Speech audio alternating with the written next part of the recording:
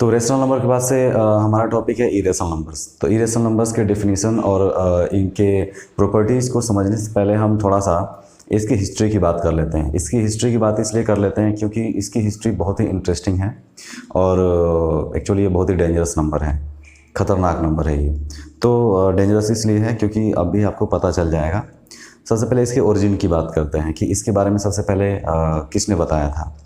तो irrational numbers की बात करने वाला पहला व्यक्ति था हिपेकस। हिपेकस नाम के एक मैथमेटिशियन थे।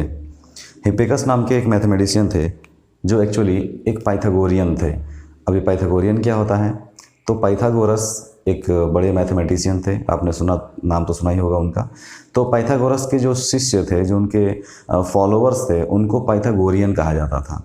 तो पाइथागोरियन यानी हिपेकस क्या थे? हिपेकस एक पाइथागोरियन थे, यानी वो हिपेकस के एक पाइथागोरस के एक शिष्य थे। तो हिपेकस ने सबसे पहली बार इरेशनल नंबर्स के बारे में उसको नोटिस किया था उन्होंने। अब किस सर्कमस्टांसेस के अकॉर्डिंग, क्या सर्कमस्टांसेस क्रिएट हुई थी ताकि इनको इरेशनल नंबर के बारे में खोजना पड़ा था? तो सिंपल सी बात है, एक्चुअली हिपेकस और पाइथागोरस तो पता होगा आपको कि वो एक्चुअली एक बहुत सारे उनके जो प्रॉब्लम्स थे, चाहे जो भी थ्योरम्स थे, वो ज्योमेट्री से रिलेटेड थे। तो आखिर ज्योमेट्री से रिलेटेड व्यक्ति और जो एक माहौल था ज्योमेट्री से रिलेटेड, उसमें ये आखिर अरिथमेटिक की चीज़ें कहाँ से खोजी गई? तो जाहिर सी बात है, कुछ ना कुछ ज्योमेट्री से रिलेटेड होगा, तभी जा कर के पाइथागोरियंस ने इसको खोजा था। तो एक कंडीशन बनी थी। हिपेकस एक बार एक स्क्वायर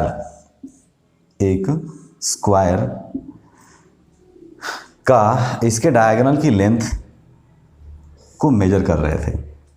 एक स्क्वायर था, उसके डायगोनल की लेंथ को मेजर करने की कोशिश कर रहे थे, लेकिन इस डायगोनल की जो लेंथ थी वो किसी भी रेशनल नंबर के से रिप्रेजेंट नहीं हो पा रही थी।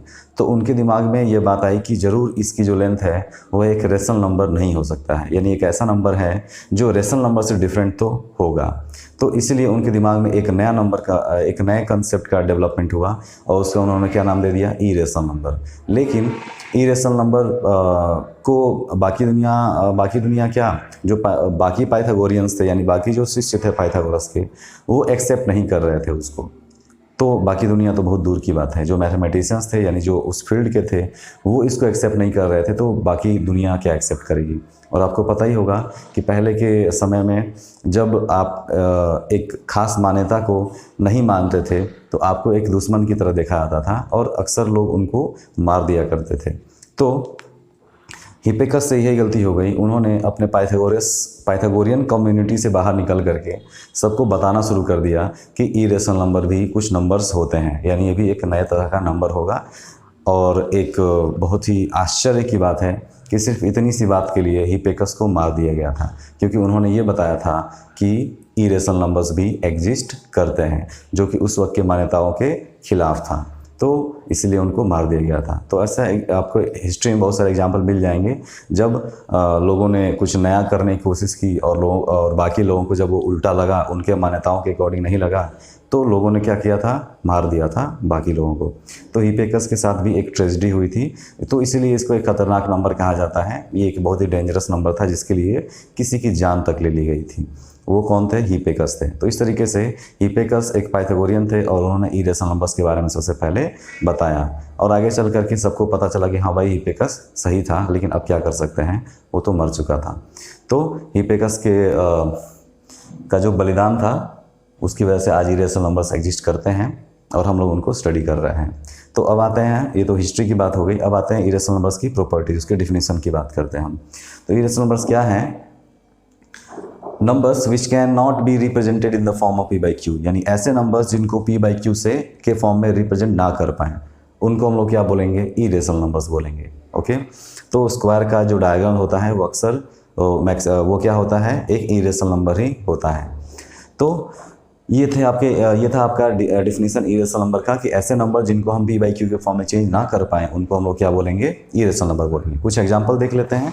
√2, √3 ये नंबर, पाई एंड ई, तो इनके बारे में इंडिविजुअली एक एक करके बात करते हैं। √2 एक इरेशनल नंबर होगा। अब बात करते हैं इरेशनल नंबर क्यों होगा। तो इसके पहले एक छोटा सा क्वेश्चन अराइज होता है कि √2 है, √2 p/q के फॉर्म में दिख नहीं रहा है, लेकिन अगर हम इसके नीचे 1 लगा दें तो तब तो ये p/q के फॉर्म में दिख रहा है, तब तो ये रेशनल नंबर हो जाना चाहिए। तो बहुत सारे बच्चे अक्सर कंफ्यूज जाते हैं और इसका सेटिस्फैक्ट्री आंसर नहीं दे पाते और कुछ इधर उधर घुमा फिरा करके बातें करते हैं। तो इसका सेटिस्फैक्ट्री आंसर ये होगा कि इसको अपॉन 1 हमने भले लिख दिया है, ये p/q में भले दिख रहा है, लेकिन ये रेशनल नंबर नहीं हो सकता, क्योंकि रेशनल नंबर का जो डिफिनीशन था आप याद करिए, रेशनल नंबर के डिफिनीशन में ये कहा गया था कि ऐसे नंबर जिसको p/q में चेंज कर पाएँ, और वहाँ पर p और q के बारे में कंडीशन लिखी हुई थी, where p and q are coprime integers. अब यहाँ पे को प्राइम, कई लोग कहते हैं को प्राइम नहीं है, बिल्कुल नहीं, को प्राइम का यहाँ पे कंसेप्ट ही नहीं है। को प्राइम के बाद एक और वर्ड था इंटीजर्स, वो आपकी यहाँ पे हेल्प करेगा। तो p और q कैसा होना चाहिए, इंटीजर होना चाहिए। आप ध्यान से देखो 1 एक इंटीजर है लेकिन √2 एक इंटीजर नहीं होगा, इसलिए p/q के फॉर्म में भले दिख रहा है ये, लेकिन फिर भी ये रेशनल नंबर के प्रॉपर्टी को यानी उसके डिफिनेशन को सेटिस्फाई नहीं कर रहा है, इसलिए ये आपका रेशनल नंबर नहीं हो सकता, ये इरेशनल नंबर ही होगा। ओके, √2 है, √3 है, बिल्कुल ऐसे ही √3 भी क्या होगा आपका इरेशनल नंबर होगा। अब बात करते हैं इस नंबर की, 0.2345 0.2345 ... ये 3 डॉट बता रहा है कि ये इनफाइनाइट तक आगे एक्सटेंड होगा, ख़त्म नहीं होगा, नॉन टर्मिनेटिंग है। और आप ध्यान से देखिए यहाँ पे कोई डिजिट रिपीट भी नहीं कर रहा है, रिपीट डिजिट्स क्या होते जा रहे हैं, चेंज होते जा रहे हैं। और इससे पहले आपने रेशनल नंबर में देखा था कि ऐसा ही कुछ नंबर था, लेकिन उसमें भी 3 डॉट लगे हुए थे, लेकिन वहाँ पर डिजिट्स क्या थे, रिपीट करते थे। हम इनको p/q के फॉर्म में चेंज कर सकते हैं, जो कि आपने क्लास 7th 8th वगैरह में पढ़ा भी होगा कि रिकरिंग डेसिमल्स को p/q में कैसे चेंज करें। अगर आपने नहीं पढ़ा होगा तो चिंता मत करिए, क्लास 9th में भी आपका ये टॉपिक है, तो क्लास 9th में भी हम लोग इसको पढ़ेंगे। रिकरिंग डेसिमल्स को यानी बार बार ऑकर, रिकरिंग का मतलब रीऑकरिंग डेसिमल्स, मतलब बार बार आने वाले, जो एक ही डिजिट बार बार आए, इस तरह का डेसिमल रिकरिंग डेसिमल कहलाता है। तो इसको हम लोग इक्वेशंस की हेल्प से p/q में चेंज कर सकते हैं। तो इसमें आप कंफ्यूज मत होइएगा, रेशनल नंबर्स में क्या होते हैं, नॉन टर्मिनेटिंग तो होता है लेकिन वो रिपीटिंग होता है, रिपीट करता है। तो रिपीटिंग डेसिमल्स को हम p/q में चेंज कर सकते हैं, लेकिन non terminating but not and not repeating वाले डेसिमल को हम p/q में चेंज नहीं कर सकते। ये आप करके देख लो, आप अगर कोशिश करेंगे करने की, तो अगर डेसिमल आप नीचे हटाएंगे, इस यहाँ से डेसिमल को हटाते हैं तो नीचे 1 आता है। आप अब इसके बाद से हमें क्या, जैसे एक एग्जांपल ले लेते हैं, जैसे मान लो कि 0.5 है, 0.5 को p/q में चेंज करना हो तो हम क्या करते हैं, इसके डेसिमल को हटाते हैं, नीचे 1 आता है। फिर इस पॉइंट के बाद से देखते हैं कितने डिजिट्स हैं, यहाँ पे एक डिजिट है तो एक 0 लगा देते हैं आप, और यहाँ बन जाता है 5/10, हो गया p/q में चेंज। इसको कैंसिलेशन कर लेंगे, इसका 1/2 आ जाएगा। लेकिन अगर हम बात करें यहाँ से डेसिमल को हटा दें, नीचे 1 आएगा। अब बात करें कि कितने डिजिट्स आगे लगाए जाएंगे, तो आप बताइए कितने डिजिट लगा सकते हैं आप, कितने डिजिट्स, इनको गिन के बताओ कितने डिजिट्स होंगे। क्या पॉसिबल है इनको काउंट कर पाना? बिल्कुल नहीं। तो यहाँ पे नंबर ऑफ डिजिट्स कितने लगाए, नंबर ऑफ जीरोज कितने लगाए हमें नहीं पता, इसीलिए हम सीधे कहेंगे कि हम इसको p/q में चेंज नहीं कर सकते हैं। ओके, तो शायद आपको समझ में आ गया होगा कि ये रूट वाले नंबर्स क्या हैं आपके, p/q के फॉर्म में चेंज नहीं हो सकते हैं, यानी ये भी इरेशनल नंबर्स हैं। ये जो डेसिमल एक्सपेंशन है आपका, कैसा डेसिमल एक्सपेंशन है, non terminating and non repeating, ये भी क्या है आपके इरेशनल नंबर्स हैं। ओके, अब लास्ट में ये 2 नंबर्स हैं पाई एंड ई। पाई तो आपने पढ़ा ही होगा, ई के बारे में आप लोग क्लास 11th वगैरह में स्टडी करेंगे, 11th 12th वगैरह में। तो पाई और ई भी क्या है, स्पेशल इरेशनल नंबर्स होते हैं। इनको अच्छा, इनका एक और नाम होता है, कभी कभी पूछ दिया जाता है, क्या पता कहीं मिल जाए आपको। Pi and e are irrational numbers and sometimes they are called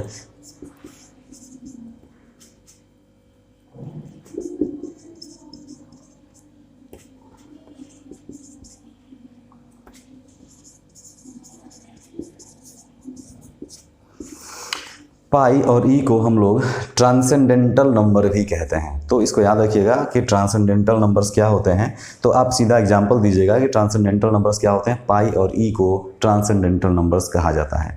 तो ट्रांसेंडेंटल नंबर्स में मेनली पाई और ई ही आते हैं।